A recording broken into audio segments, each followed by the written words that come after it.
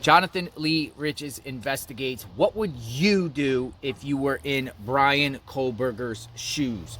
What would you do if you were in Bryan Kohberger's shoes? We're talking about Bryan Kohberger, the man arrested in connection with the 4 stabbings that occurred in Moscow, Idaho, inside a home during the early morning hours of November 13th, 2022. What would you do if you were in his shoes? First off, number one, I wouldn't even want to be in Bryan Kohberger's shoes right now.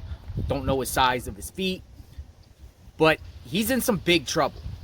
And if you were in his shoes right now, what would you do? I'll tell you what I would do.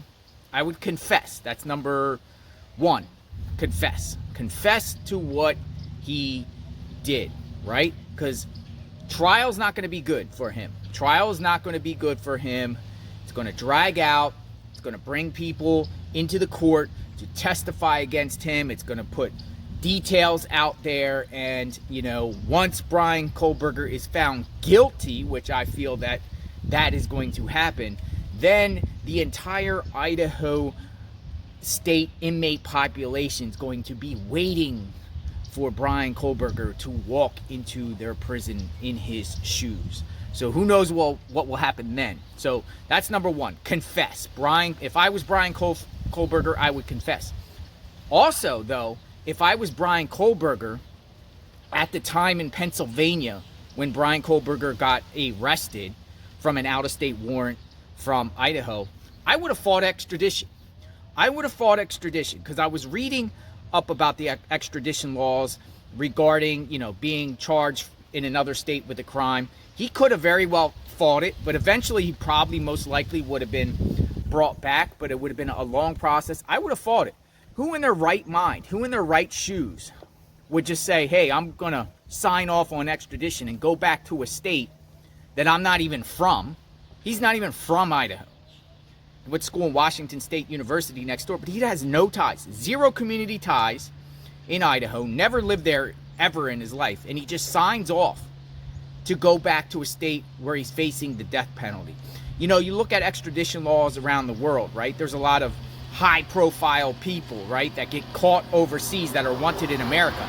They actually fight coming back to America for one of the reasons because they know if they come back to America, they're going to face the death penalty, the DP. They're going to face that when they come back. So they fight tooth and nail to not come back or get their lawyers to arrange a deal. They will come back to America if the prosecutor puts the DP off the table. That happens a lot. But with Bryan, it's just like, oh, I just want to clear my name. According to Jason LaBar, the public defender there in Monroe County, he said, oh, Bryan just wants to clear his name more or less, right? But he signs off on his own extradition. I got some court documents that I just that was just released in Pennsylvania. I want to share a few of them with you here.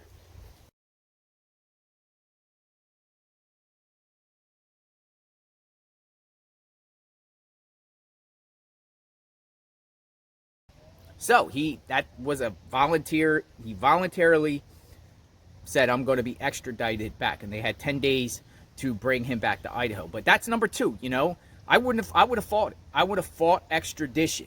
And, you know, if you're going to be sneaky, right? Again, I don't want to be in Bryan Kohberger's shoes, but if I was in his shoes, I would have done a bad act in Pennsylvania there before going back to Idaho. Like, I would have went to Pennsylvania, done something similar, because Pennsylvania, I believe they might have the DP, but they don't implement it. They haven't implemented it, and I think the governor might have stopped it, Governor Wolf. I'm not sure offhand, but they haven't been, you know, executing anyone in Pennsylvania for a long time. So if I was in Pennsylvania, I would have just stayed there by doing an act there, because if you do an act similar to what was done in Moscow in Pennsylvania wouldn't have took him back to Idaho. You know, he wouldn't have went back to Idaho. He would have been tried and charged in Pennsylvania, and then he could spend the rest of his life in the Pennsylvania prison system where he's closer to his family. So that would be, if I was in his shoes, I would be like thinking that way, because if Bryan Kohberger actually thinks he's innocent, then he has the wrong footing, right? He has the wrong footing, or his feet are too, his head is too big for his shoes, right? if he thinks he's innocent in the Moscow, Idaho case. And another thing, if I was in Bryan Kohberger's shoes, definitely would try to arrange a plea bargain. If it's not just with confession, but I would do a plea bargain, and I would say, okay, tell the prosecutor, I'll plead guilty to the 4 murders and the burglary. Burglary is kind of, pointless when you plead guilty to 4 murders. I'll plead guilty. In return, I want an interstate detainer agreement. I want an interstate compact act. It's similar to that. It's an act where inmates can actually, from one state, can serve time in another state. And I would say, hey, I want to spend the rest of my life in the Pennsylvania prison system, and as a courtesy, for Idaho. Idaho will send them over as a courtesy for that. And they do that. Chris Watts is one example. James Holmes is another example in Colorado, where these inmates here were sent to other states to do their time. So I think Bryan Kohberger has I think it's called the compact agreement or similar, something like that, where one state will send another inmate to another state, and that's where they do the crime. I know Pennsylvania was outsourcing prison inmates there, sending them to other states to do their time. So they can do that.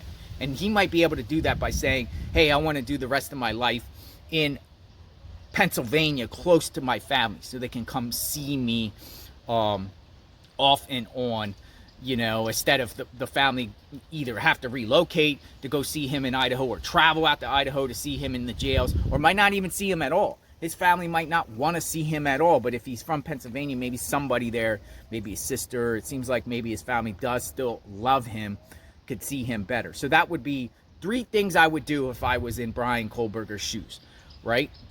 What would you do? What would you do if you were in Bryan Kohberger's shoes? Would you fight the case? Would you fight the case? Would you drag it out as long as possible? Do you think that, what's going on? Is Bryan Kohberger getting mail and fan letters and commissary where he thinks he might be a celebrity in his head, where he has to fight this case because he has to, he wants to go out in infamy like Ted Bundy and those people that we've seen, Richard Ramirez, the Night Stalker, in court with the Charles Manson, these individuals that go into court and make it a show. He doesn't seem like a showman type of guy. He's been very firm and direct with, the speaking when he was in front of Judge Megan Marshall. But what would you do if you were in Bryan Kohberger's shoes? And obviously, the obvious is we would have never even done this crime. If we were in Bryan Kohberger's shoes, we would have never done this crime. He took the wrong path. He walked the wrong path, and now he's being held accountable for his actions. So, wrong footing, Bryan Kohberger. I bet his feet stink. I bet he got corn on his feet. But that's irrelevant. But the topic of this video is, what would you do if you were in Bryan Kohberger's shoes? I am covering the Idaho case. Subscribe to my channel. Hit the notification button. What size do you think Bryan Kohberger's feet is? I think his head is too big for him. Probably got small feet. I'm not even going to say what else. But everyone be safe. God bless. Love your loved ones. Love the community. Don't be a Bryan Kohberger out there. Do not be a Bryan Kohberger. Be better than that. And, use Bryan Kohberger and these other idiots as an example of not doing what they're doing, right? And that's why I'm trying to be a better person. Because remember, in the past, I've made mistakes in the past, right? I went to federal prison for a non-violent white-collar crime. But when I got out, I said, hey, I'm never going back. I don't want to go back, even though I did violate, because it's tough. And then maybe I'll make a video about the struggles of people having when they originally get out of jail, because people do struggle. And, you'd be surprised how many people violate for, technical violations and go back to jail. That's another story, whatever like that. But I think I got my act together. And, it's a struggle. But, you make a vow and say, hey, I don't want to be like these people. It's one of my motivations of covering true crime, is also inspiring me not to be like these people, not do these things to these victims and destroy victims' families and everything like that. And public awareness, right? Public awareness. So be safe. God bless. We'll talk soon. What would you do if you were in Bryan Kohberger's shoes? God bless.